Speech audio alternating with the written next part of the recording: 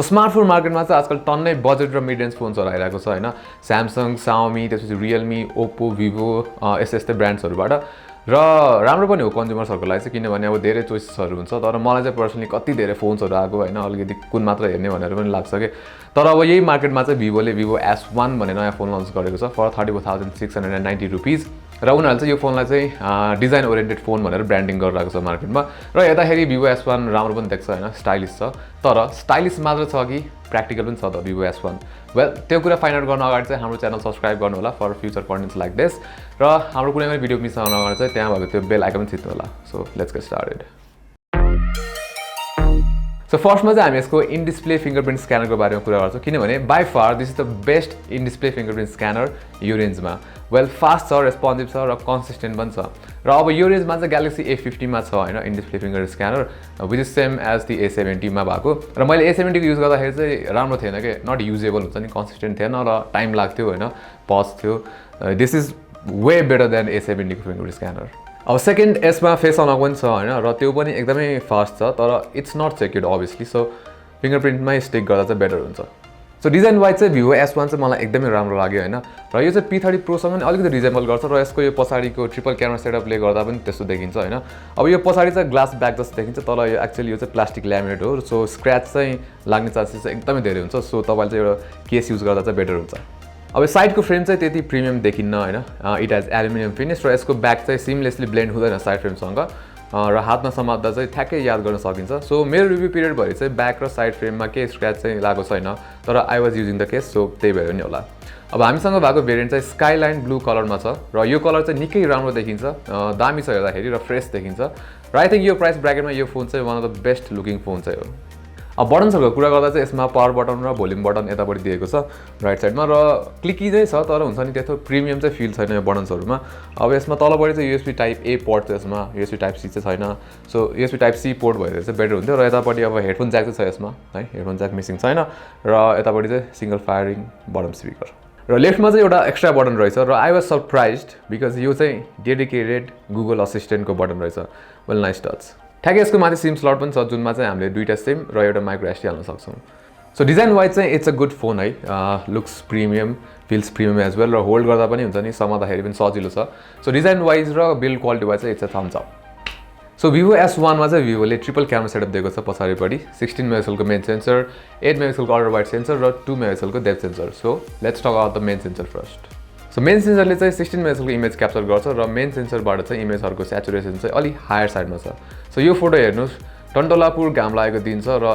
हेर्ने बित्तिकै थाहा पाउन सकिन्छ कि नर्मल इमेज भन्दा बडी स्याचुरेटेड छ नर्मल कलर भन्दा सो यो वाल र प्लान्ट्सहरुको कलर हेर्यौं भने चाहिँ न्यूट्रल देखिन्न धेरै नै स्याचुरेटेड छ सिमिलरली नेक्स्ट स्याम्पलमा हेर्ने हो भने पनि हेर्न सक्छौं कलर्सहरु एकदमै पपिङ छ तर राम्रो कुरा चाहिँ यो स्याम्पलहरुमा एक्सपोजर चाहिँ राम्रो छ र डायनामिक रेन्ज चाहिँ ब्यालेन्स देखिन्छ हाइलाइट्समा पनि डिटेल देख्न सक्छौं र डार्कर एरियाजमा पनि डिटेल्सहरु देख्न सक्छौं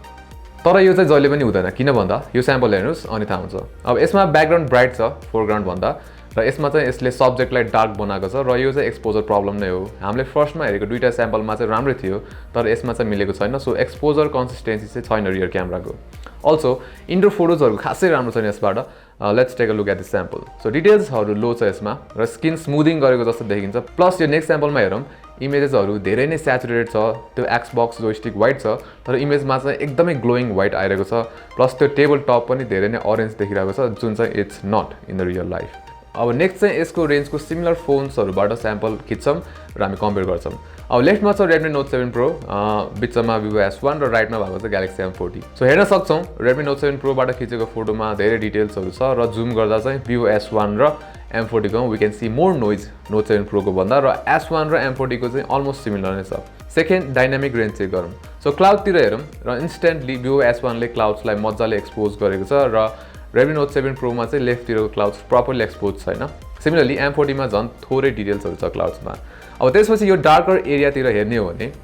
Vivo S1 ले बेटर एक्सपोज गरेको छ Redmi Note 7 Pro र M40 भन्दा र M40 ले चाहिँ बेटर एक्सपोज गरेको छ डार्कर एरिया Note 7 Pro भन्दा तर डिटेल्स चाहिँ धेरै लुज गर्छ M40 ले सो यो फोटो हेर्दा चाहिँ डायनामिक रेन्ज चाहिँ S1 को बेटर छ डिटेल्स र ओभरअलमा हेर्ने हो भने Redmi Note 7 Pro र आई थिंक कलर स्याचुरेसन राम्रो ब्यालेन्स्ड भइदिएको भए चाहिँ म S1 प्रिफर गर्थे होला हैन हुन्छ नि Redmi Note 7 Pro र S1 pretty much up there अब हेरौँ लो लाइट फोटोज सो बेलुका त अभियसली हामीले क्वालिटी डिप देख्छौँ र यो स्याम्पलमा चाहिँ हामीले रियलाइज गर्न सकिन्छ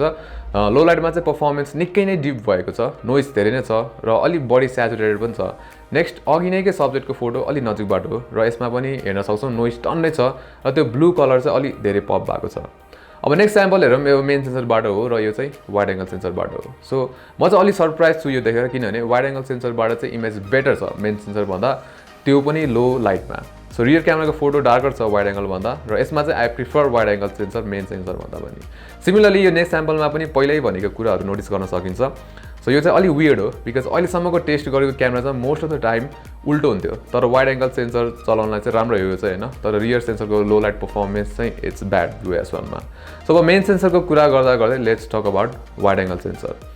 S1 को वाइड एङ्गल सेन्सर राम्रो लाग्यो स्पेसली कलर्स मोस्ट अफ स्मार्टफोन्समा चाहिँ वाइड एङ्गल फोटोजहरूको कलर अलिक डल देखिन्छ तर यसमा चाहिँ मेबी यसको मेन सेन्सरमा अलि बडी स्याचुरेसन भएको कारणले यसको वाइड एङ्गल सेन्सर इमेजको कलरहरू चाहिँ त्यस्तो स्याचुरेटेड लागेन स्टिल कलरहरू चाहिँ नट नेचुरल होइन तर राम्रो छ अनि ओभर द टप पनि देखिन्न र अर्को राम्रो कुरा चाहिँ लो लाइटमा पनि वाइड एङ्गल सेन्सरबाट राम्रो इमेजहरू आइरहेको थियो यो स्याम्पल्सहरू हेर्न सक्नुहुन्छ यसमा मेन सेन्सरबाट भन्दा पनि वाइड एङ्गल सेन्सरबाट चाहिँ राम्रो इमेज आइरहेको छ र मेन सेन्सरमा चाहिँ हल्का पिङ्क टिन्ट पनि हो कि जस्तो देखिन्छ होइन आई गेस यो क्यामेरा इस्यु पनि हुनसक्छ अब भिडियोजको कुरा गर्दा चाहिँ यसमा 1080p 30 fps को अप्सन मात्र छ भिडियो क्वालिटी चाहिँ इट्स नट गुड सेकी छ तर कलरहरू चाहिँ न्युट्रल साइडतिरै छ होइन फोटोजमा जस्तो ओभर स्याचुरेटेड छैन तर आई थिङ्क भिडियोज चाहिँ त्यस्तो राम्रो छैन यसको सो S1 को फ्रन्ट क्यामेरा चाहिँ 32 मेगापिक्सलको छ होइन र यसको चाहिँ एभरेज नै छ होइन मलाई चाहिँ राम्रो लाग्यो डे लाइट्सहरूमा चाहिँ राम्रै फोटोज आउँछ र what I like most is यसको चाहिँ फ्रन्ट क्यामेराबाट खिच्दाखेरि ब्याकग्राउन्डको डिटेल्स पनि मजाले रिटेन गर्छ सो यो स्याम्पल हेरौँ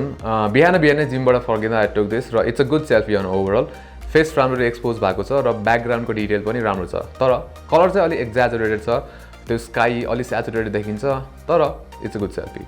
त्यसरी नै यो नेक्स्ट स्याम्पल पनि आउटडोरमा इट्स अ गुड वान यसमा चाहिँ कलर्स त्यस्तो स्याचुरेट चाहिँ देखिन्न र इट्स ओके अब इन्डोर्समा पनि इट्स गुड होइन यो स्याम्पल्सहरू राम्रै छ होइन इन्डोरमा हल्का लो लाइट छ भने चाहिँ अभियसली त्यस्तो राम्रो आउँदैन तर most of times it's good तर कन्सिस्टेन्सी चाहिँ छैन र यो चाहिँ युल नोटिस वेन युज बोके मोड अब यो दुईवटा स्याम्पल एउटा चाहिँ नर्मल मोड हो र अर्को चाहिँ पोर्ट्रेट मोड अब साइड बाई साइड हेर्दाखेरि नर्मलमा एक्सपोजर धेरै राम्रो छ भने पोर्ट्रेटमा चाहिँ सब्जेक्ट चाहिँ अन्डर एक्सपोज भएको छ र डार्क देखिन्छ त्यसरी नै यो स्याम्पलमा चाहिँ नर्मलमा भन्दा पोर्ट्रेटमा फेस मजाले एक्सपोज भएको छ तर ब्याकग्राउन्ड चाहिँ अलिक ओभर एक्सपोज देखिन्छ र लास्ट वान यसमा चाहिँ हामीले कलर स्याचुरेसनमा डिफ्रेन्स देख्न सक्छौँ पोर्ट्रेट इमेजमा चाहिँ अलिक धेरै वार्मर छ हुन्छ नि वार्म छ नर्मल भन्दा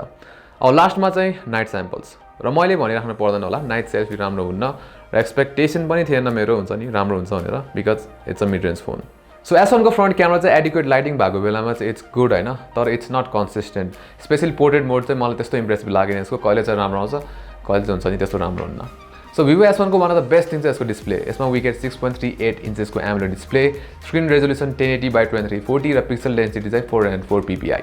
सो यसको AMOLED डिस्प्ले चाहिँ राम्रो छ ब्राइटनेस पनि एडिक्वेट छ आउटडोर्समा मलाई कहिले पनि केही प्रब्लम भएको थिएन र AMOLED स्क्रिन भएकोले चाहिँ यो प्राइस सेगमेन्टमा यसको display one of the best display नै छ विथ सम एक्सेप्सन्स किनभने स्यामसङको AMOLED डिस्प्लेज आर बेटर तर यसकै प्राइस रेन्जमा M40 छ त्यसको भन्दा चाहिँ यसको डिस्प्ले चाहिँ धेरै नै राम्रो छ अभियसली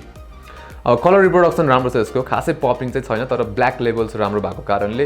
हुन्छ नि भिडियोज र गेम खेल्दा चाहिँ you will feel the difference specially M40 र Redmi Note 7 side by side राख्ने हो भने चाहिँ यु विल नो इट अब अलवेज अन डिस्प्ले पनि छ यसमा सो द्याट्स गुड स्क्रिन कलरहरूको पनि you get 3 modes standard normal र ब्राइट मोड चाहिँ खासै धेरै ब्राइट चाहिँ छैन होइन डिफल्ट भन्दा अलिकति हो कि होइन जस्तो लाग्छ अब नेक्स्ट यसमा त्यही कलर टेम्परेचर मिलाउन पनि सकिन्छ ओभरअलमा भिभोले डिस्प्ले चाहिँ यसमा राम्रो युज गरेको छ